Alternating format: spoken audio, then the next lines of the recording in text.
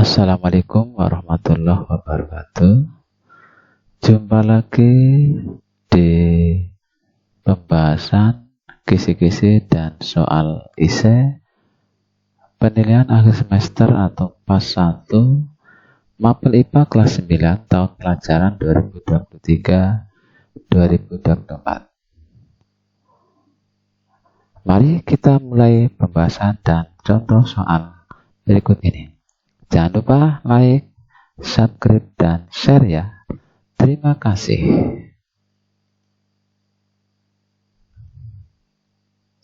Kisi-kisi soal PAS IPA tahun 2023-2024 yang esai nomor 1. Disajikan pernyataan misalnya dapat menjelaskan fungsi organ reproduksi pada pria. Berdasarkan kisi-kisi ini, maka sudah jelas sekali di sini peserta didik harus bisa menjelaskan fungsi organ reproduksi pada pria. Sebagai contoh, sebut dan jelaskan fungsi dari organ-organ reproduksi pada pria. Anak-anak semuanya bisa menjawab.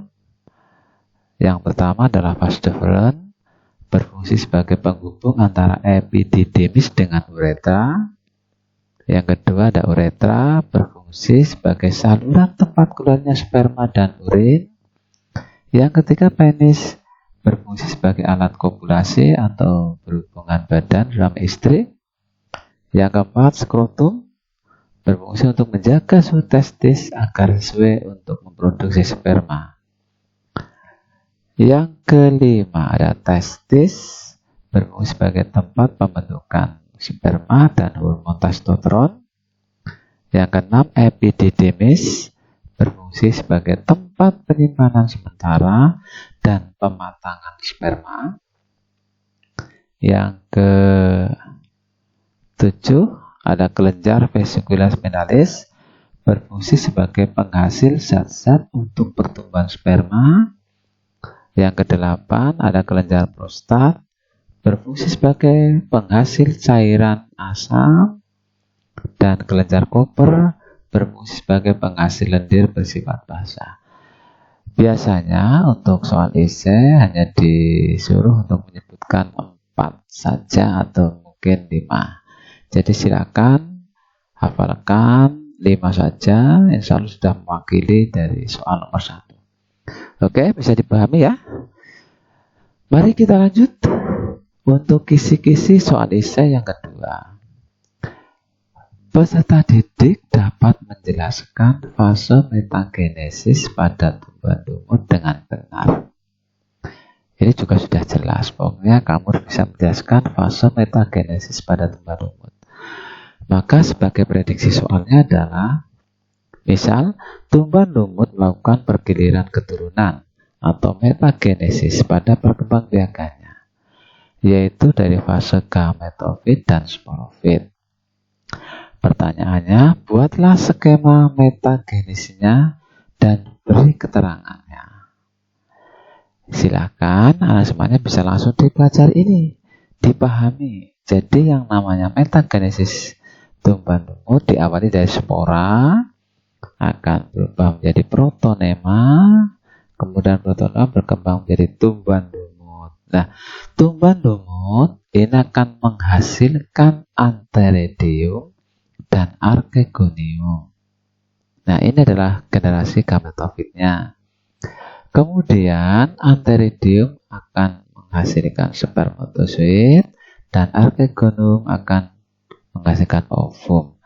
Selanjutnya spermatozoid dan ovum akan melebur menjadi sigot.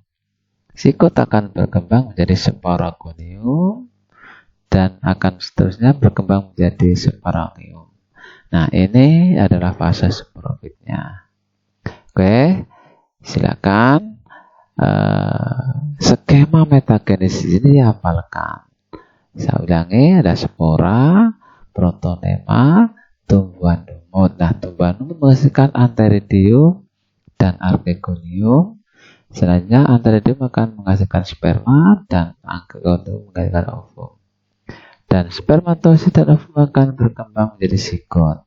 Zigot akan berubah menjadi sporongonium dan selanjutnya menjadi sporangium. Oke, bisa dipahami? Mudah kan? Mari kita lanjut soal esai yang nomor 3. Disajikan ilustrasi tentang persilangan. Peserta didik dapat menentukan perbandingan genotip dan fenotip yang dihasilkan dalam persilangan dihibrid dengan benar. Perhatikan, di sini adalah genotip. Ini biasanya berupa simbol, kode, berupa huruf, dan fenotip ini adalah yang tampak, bisa warna, bisa bentuk, ukuran, dan sebagainya. Dan hati-hati, ini adalah persilangan dihibrid. Maka nanti ada dua sifat beda. Contoh soal. Seorang petani memiliki tanaman kacang ercis yang menghasilkan biji bulat berwarna merah. Bulat ini B besar, di sini merahnya M besar, M besar. Disilangkan dengan tanaman kacang ercis berbiji keriput warna putih. B kecil, M kecil. Ternyata menghasilkan keturunan pertama atau M1 berupa tanaman kacang ercis yang berbiji bulat berwarna merah. Bulat, merah, heterozigot. B besar, B kecil, M besar, M kecil. Pertanyaannya adalah, jika dari F1, hati-hati, ini F1 berarti B besar, B kecil, M besar, M kecil, disilangkan dengan induk yang resesif. Berarti induk yang resesif adalah induk yang kalah atau tidak tampak ketika ada dominan. Ya ini, ya yang biji keriput putih. B kecil, M kecil, M kecil. Tentukan yang pertama perbandingan genotip keturunan F2-nya dan yang kedua perbandingan fenotip keturunan keduanya atau F2-nya. Oke, dari soal tersebut kita langsung jawab. Anagnosisnya langsung memulai dari induk keduanya. Karena P1-nya sudah menghasilkan F1. Dan sekarang yang ditanyakan adalah keturunan kedua, maka langsung dari mulai P2 atau induk kedua, yaitu F1-nya yang B besar, B kecil, M besar, M kecil, disilangkan dengan induk yang resesif. B kecil, M kecil, M kecil. Paham ya? Hati-hati, bukan sesama F1, tetapi sesama tetapi adalah F1 dengan induk resesifnya. Selanjutnya dari ini genotipnya adalah bulat merah disilangkan dengan keriput putih. Gametnya yang bulat merah adalah B besar, M besar, B besar, M kecil, B kecil, M besar, dan B kecil, M kecil. Hati-hati karena ini dihibrid, maka gametnya terdiri dari dua huruf ya. Nah, yang keriput putih ini gametnya adalah B kecil, M kecil. Ada 4 dikali 1, maka dimasukkan ke dalam kolom. Di sini ada B besar, M besar, B besar, M kecil, B kecil, M besar, B kecil, M kecil, dan di sini ada B kecil, M kecil. Langsung disilangkan ini. Yang pertama adalah B besar, B kecil, M besar, M kecil. Ini adalah bulat merah karena ada B besar dan M besarnya. Kemudian B besar, B kecil, M kecil, M kecil. Ini dari kolom ini dengan baris ini. Karena ada B besarnya, maka ini bulat. M kecil adalah putih. Ya. Selanjutnya B kecil, M besar dengan B kecil, M kecil jadi B kecil, M besar, M kecil. Ini namanya keriput merah. Nah, berikutnya B kecil M kecil dengan B kecil M kecil jadinya ini keriput putih. Oke. Selanjutnya kita bandingkan genotip keturunannya. Kita tulis semuanya di sini. Ada B besar, B kecil, M besar, M kecil. Kalau tidak sama kita tulis semuanya. Tapi kalau sama tulis salah satunya yang sama. Ya, ini semuanya ditulis karena tidak ada yang sama. Maka perbandingan genotipnya adalah sama dengan 1 banding 1 banding 1 banding 1. Selanjutnya yang kedua, perbandingan fenotip. Fenotip itu yang tampak, bisa ukuran dan warna atau bentuk dan warna karena dihibrid. Makanya ada bulat merah banding bulat putih banding keriput merah banding keriput putih, yaitu 1 banding 1 banding 1 banding 1. Ini anak semuanya bisa jadi besok pada soal yang sesungguhnya adalah hanya mengubah hurufnya saja atau genotipnya. Misalnya adalah B besar, B besar, K besar, K besar. Berarti yang satunya adalah B kecil, B kecil, K kecil, K kecil. Kalau ini K besar kuning, berarti K kecil bisa hijau atau bisa putih. Maka nanti ini jadi B besar, B kecil, K besar, K kecil. Disilangkan dengan induk yang resesif, ya ini B kecil, B kecil, K kecil, K kecil. Misalkan itu diganti hurufnya. Atau bisa jadi B besar dengan misalnya bulat terus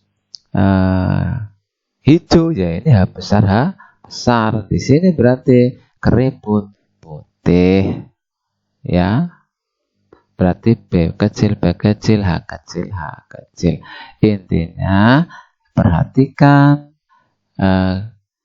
genotip, gamet, dan fenotipnya.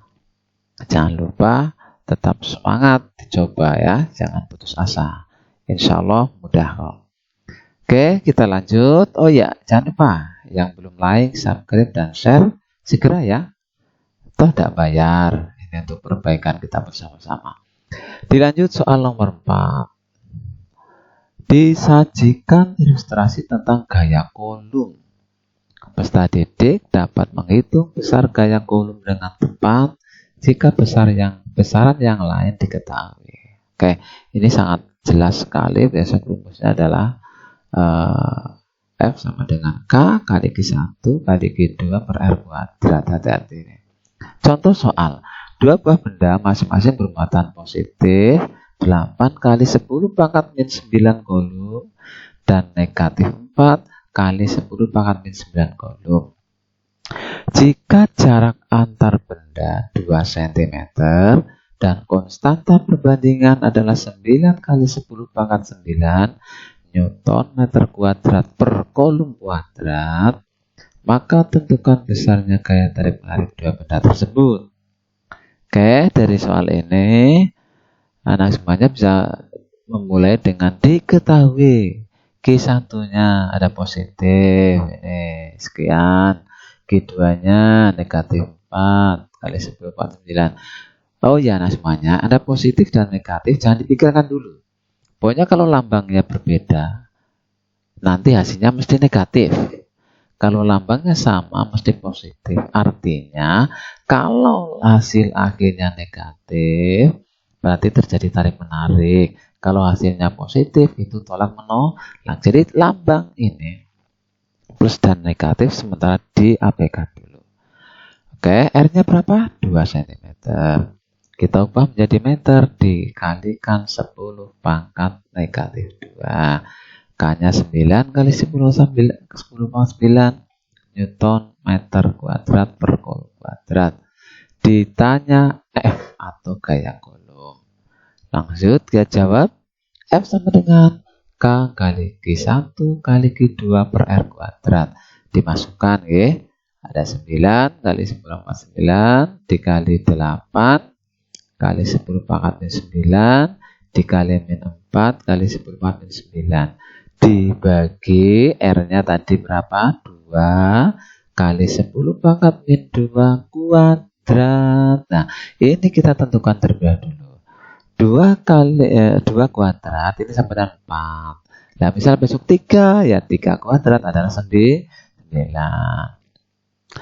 Kalau 4 ya 16. Nah, 10 pangkat negatif 2 kuadrat ini sama dengan 10 pangkat min 4. Paham ya? Oke, kalau udah ada seperti ini, kita tinggal coret.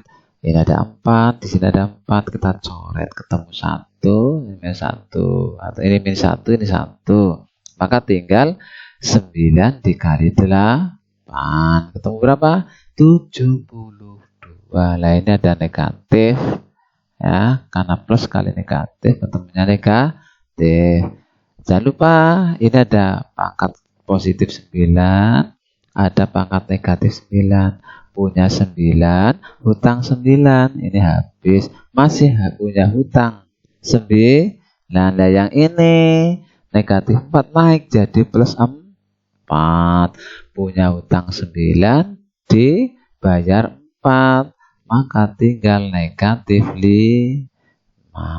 Oke, jadi hasil akhirnya min 72 kali 10 pangkat min 5 Newton.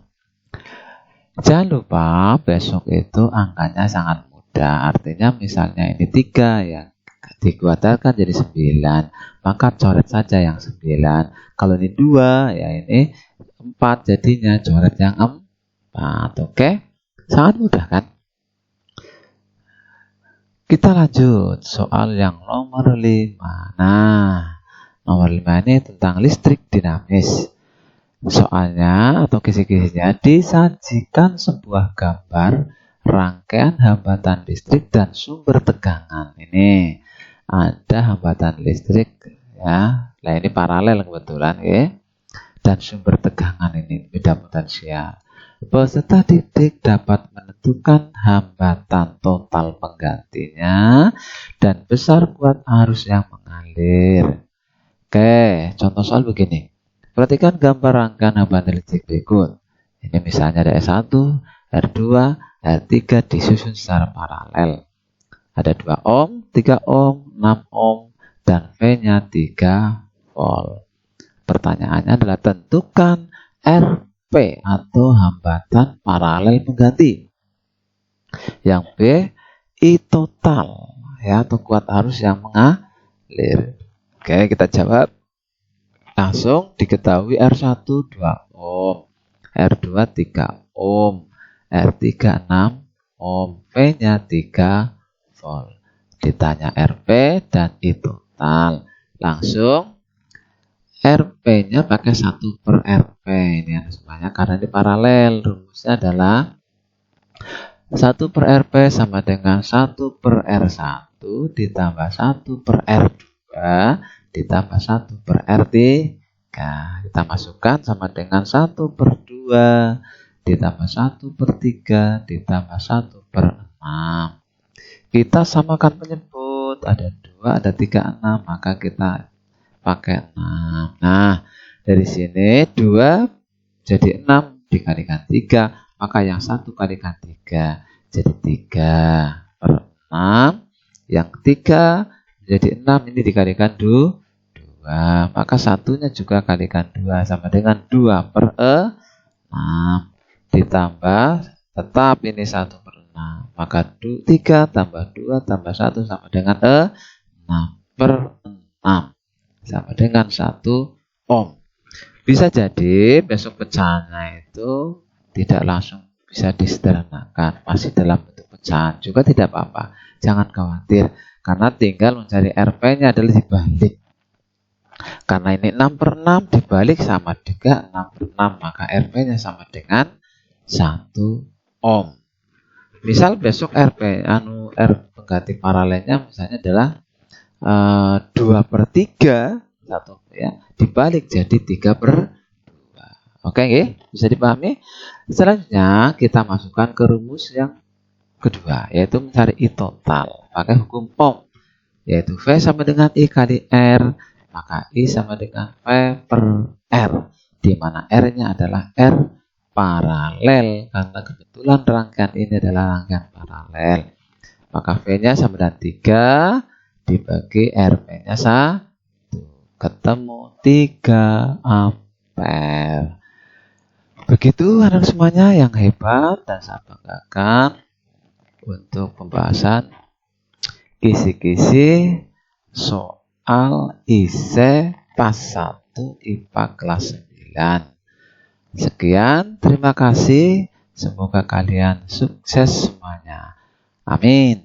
Jangan lupa like, subscribe, dan share ya. Terima kasih. Sukses selalu. Assalamualaikum.